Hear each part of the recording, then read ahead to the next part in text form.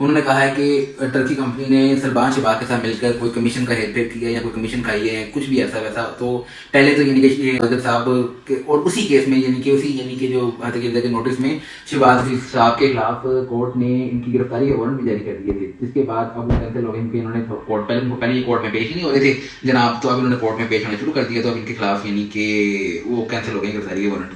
تو دوسرا یہ کہ میں کل یہ جگہ نوٹ کر رہا تھا کہ شہباز شریف صاحب ٹرکی میں ہی ایک کنونشن سے خطاب کر رہے تھے. تو اس کنونشن میں اچانک یعنی کہ میری نظر پڑی سلمان شہباز پہ. اب بات یہ ہے کہ ایک سرکاری وفد گیا ہوا پاکستان سے جو مختلف ٹرکی میں مختلف لوگوں کو کنونشنوں سے خطاب کر رہا ہے, یعنی کہ سرکاری وفود گیا ہوا ہے پاکستان کی طرف سے. ٹھیک ہے, تو اس میں سلمان شہباز, کیونکہ نہ سلمان شہباز کے پاس کوئی اس وقت سرکاری پورٹ فولیو نہیں ہے. ہاں عہدہ یعنی کہ وہ کیا عہدہ وزیر اعظم صاحب کے صاحبزادے وہاں پہ ہر جگہ پہ موجود ہیں. اس سے پہلے سعودی عرب جب شہباز شریف صاحب گئے تھے تو وہاں پہ بھی یعنی کہ سلمان شہباز موجود تھا. تو یہ جو شریف خاندان ہے یہ خود یعنی کہ یہ ساری حرکتیں کر کے اپنے خلاف ایلیگیشنز پیدا کرتا ہے. کیونکہ سلمان شہباز کے پاس کوئی سرکاری پورٹ فولیو نہیں ہے, کوئی جواب نہیں کرتا. وہ کیوں جا کے بیٹھتا ہے ان کے سرکاری میٹنگ میں, کیوں یعنی کہ پاکستانی سرکاری حکومت کے ساتھ جگہ. اس کے بعد یہ حکومت پاکستان میں ابھی تک وہ پاکستان تو آ نہیں رہا. وہ باہر یعنی کہ جہاں پہ بھی یعنی کہ شہباز شریف صاحب جاتے ہیں سعودی عرب کی بات کر دی ہے ہر جگہ پہنچا ہے. تو اب یہ تو پوچھنا بنتا ہے یعنی کہ جو آپ دیتی ہے دوبارہ ان کا وہی ہے کہ سوال ان سے چار کو جواب نہیں آگے دینے کے کھاتے ہیں. تو پاکستان میں ایسے چل رہا ہے, سب ایسا کر رہے ہیں کہ ہمارے انقلاب خان صاحب ہیں وہ بھی یعنی کہ پتہ نہیں کون سے انقلاب لانے کے چکر میں ہیں. ٹھیک ہے, ایک ان کی جو خون کا لیک ہو گیا جس میں وہ ملک آتے ہیں ملک کہہ رہا ہے گرداری کو کہ خان صاحب ترلے کر رہے ہیں کہ گرداری کا کی گورنمنٹ کے ٹائم یا جو بھی ترلے کر رہے ہیں اب ترلے کر رہے ہیں پہلے ترلے کر رہے تھے جو بھی ہے ان کو اوپر سے گرفتاری گالیاں نکالتا ہے اور اندر سے یعنی کہ کچھ نہیں سمجھ سکتے. پاکستان میں ہر کوئی مطلب چیز کے پیچھے اندھا ہوا.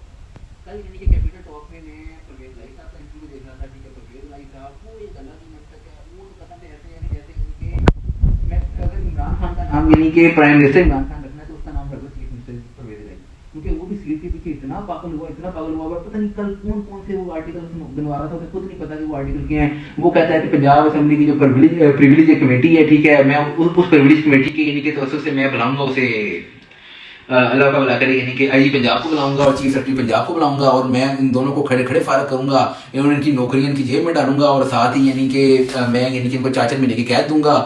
ٹھیک ہے, اسے ہم نے پوچھا کہ کون سا قانون ہے. یہ قانون 1972 میں بھٹو نے یعنی کہ اپنی اسمبلی میں پاس کیا تھا اور اس کے بعد 1987 میں کے پی گورنمنٹ نے کیا اور اس کے بعد پنجاب نے میں کیا, اور اس کے بعد یہ کیا, اس کے بعد وہ کیا. پتہ نہیں وہ کون سے قانون کے چکر میں پڑا ہوا ہے.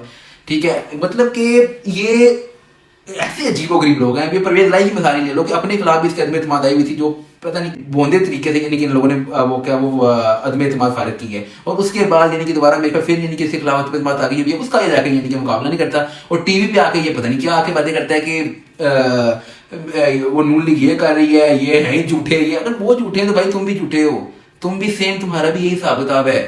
ٹھیک ہے, تو تم سارے ہی ایک ہی تھالی کے چٹو بٹے ہو, چاہے عمران.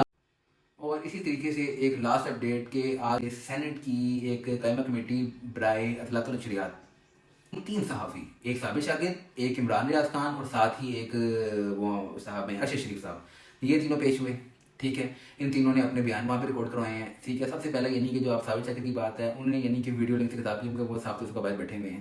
تو انہوں نے کہا کہ یہ یعنی کہ پاکستان میں جو طاقتور حلقے ہیں, ٹھیک ہے, وہ ان سیاستدانوں کے آپس میں لڑائیاں کرواتے ہیں. ٹھیک ہے, ان طاقتور حلقوں نے ہی یعنی کہ آپس میں یعنی کہ ایک وقت میں مجھے یہ کہا تھا کہ جو مریم نواز ہے, نواز شریف ہے, اور ساتھ مولانا فضل الرحمان ہے, زرداری ہے, یہ یعنی کہ ہمارے ملک کے لیے سیکورٹی تھریٹ ہیں. اور پھر ساتھ ہی جو مولانا فضل الرحمان ہے برٹش ہائی کمیشن سے یعنی کہ تنخواہ لیتے ہیں اور پتہ نہیں اس طرح کی ساری چیزیں ہیں. اور اس کے بعد یعنی کہ یہ اب میرے پیچھے یعنی کہ پڑ گئے ہیں, انہوں نے مجھے دھمکیاں دی ہیں.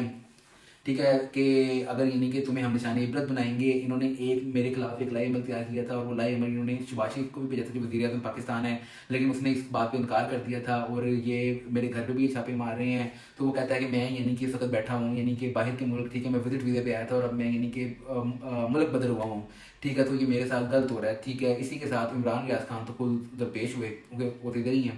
تو عمران ریاض خان نے کہا کہ حمزہ شہباز نے ڈرون کیمرے سے میرے گھر کے اوپر کی فوٹیج لی، وہ اس چکر میں تھا کہ میرے گھر کی یعنی کہ وہ میرا گھر گرانے کے چکر میں تھا، اس لیے یعنی کہ کہہ رہا تھا کہ میں نے کہیں پیمائش یعنی کہ میرے گھر کی زیادہ تھی اور میں نے کم تو نہیں یعنی کہ کم تھی اور میں نے زیادہ تو نہیں یعنی کہ ڈیولپمنٹ کی ہوئی اپنی پراپرٹی پہ، اور ساتھ ہی یعنی کہ میرے خلاف 502 کی یعنی کہ ایف آئی آر کاٹی ہوئی ہے ٹھٹا کے اندر، اور ساتھ مانسیرا اور ایبٹ آباد میں بھی میرے خلاف ایف آئی آر کاٹی ہوئی ہیں. مجھے کہا جا رہا ہے کہ اسلام آباد سے باہر نہیں نکلنا ورنہ تم گرفتار ہو جاؤ گے.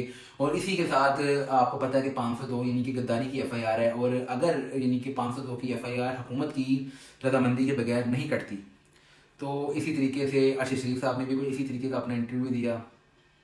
اب بہت سے صحافیوں کا اس پہ یہ رائے ہے کہ ان کو یہ جو بھی یہ رکھتے ہیں اپنا ویو پوائنٹ آف ویو رکھتے ہیں، ٹھیک ہے، یہ صحافت ہے اور ان کو یعنی کہ ان کو فریڈم آف اسپیچ ہے، تو یعنی کہ ان کو جو بھی یہ بول رہے ہیں ان کو بولنے کی اجازت دیجیے. یہ صحافت ہے، یہ یار مجھے اب یہ لوگ یہ بتاؤ یہ کس قسم کی صحافت ہے؟ ٹھیک ہے، مطلب کہ آپ یعنی کہ جھوٹا پروپیگنڈا، آپ یعنی کہ جھوٹ بولی جاؤ، یہ صحافت ہے؟ ٹھیک ہے، مطلب کہ ایک تو یہ کہ مجھے یعنی کہ سمجھ نہیں آتی کہ ہمارے یہ لیڈران اور ہمارے صحافیوں میں گنتی کے لوگ سچ بولتے ہیں. ٹھیک ہے، ہاں آپ یعنی کہ میری نظر میں تو ایک صحافت یہ ہے کہ آپ سچی خبر، سچا یعنی کہ جو واقعات ہیں ان کو پروپیگیٹ کر رہے ہو، ان کو یعنی کہ پھیلا رہے ہو، تو وہ سمجھ میں بھی آتی ہے. یہ لوگ جھوٹا یعنی کہ پروپیگنڈے، جھوٹ پہ یعنی کہ مبنی چیزیں پھیلاتے رہتے ہیں، اور ہم لوگ ان کو یعنی یہ کہتے ہیں کہ یہ صحافت کر رہے ہیں، ان کو فریڈم آف اسپیچ ہے. میں تو کہتا ہوں کہ ہمارے یعنی کہ جو ملک کے طاقتور حلقے ہیں، پلس یعنی کہ ہماری جو عدالتیں ہیں، ہماری جو سپریم کورٹ کے چیف جسٹس ہیں عمر عطا بندیال، ان کو بھی دیکھنا چاہیے کہ کیا یعنی کہ یہ کیا ہو رہا ہے اس کنٹری کے اندر. خاص کر کے ہماری صحافت کا معیار کیا ہے، کہ مطلب کہ ہماری صحافت یہ ہے کہ یعنی کہ فریڈم آف اسپیچ ہے تو آپ جو مرضی جھوٹ بولی جاؤ. ٹھیک ہے، ان کو کوئی یعنی کہ یہ نہیں ہے کہ یہ یعنی کہ اگر سیاست دانوں کو جھوٹا کہتے ہیں تو یہ صحافی تو میرے خیال سیاست دانوں سے بھی بڑے جھوٹے ہیں. ٹھیک ہے، تو کوئی ان کو پوچھ گچھ نہیں ہے. اگر یعنی کہ سیاست دانوں کو ماپنے کے لیے ایک 63 آپ نے بنائی ہوئی جو اپلیکیبل تو نہیں ہے، مجھے کہیں نہ کہیں تک اپلیکیبل ہے، تو کیا صحافیوں کے لیے بھی ایک 63 ہونی چاہیے جس میں ان کو بھی ہونا چاہیے کہ یار کوئی سچی خبر پلاؤ. ٹھیک ہے، ایک صحافی ایک پارٹی کو ریپرزینٹ کر رہا ہے، دوسرا صحافی مطلب کہ یہ ان کے ایڈورٹائزنگ ایجنٹ بنے ہوئے ہیں بجائے کہ صحافت کے. تو بس آج کے لیے اتنا ہی. تو پلیز میرے چینل کو لائک کریں، سبسکرائب کریں اور ساتھ میری ویڈیو پہ شیئر کریں. آج کے لیے اتنا ہی، اللہ حافظ.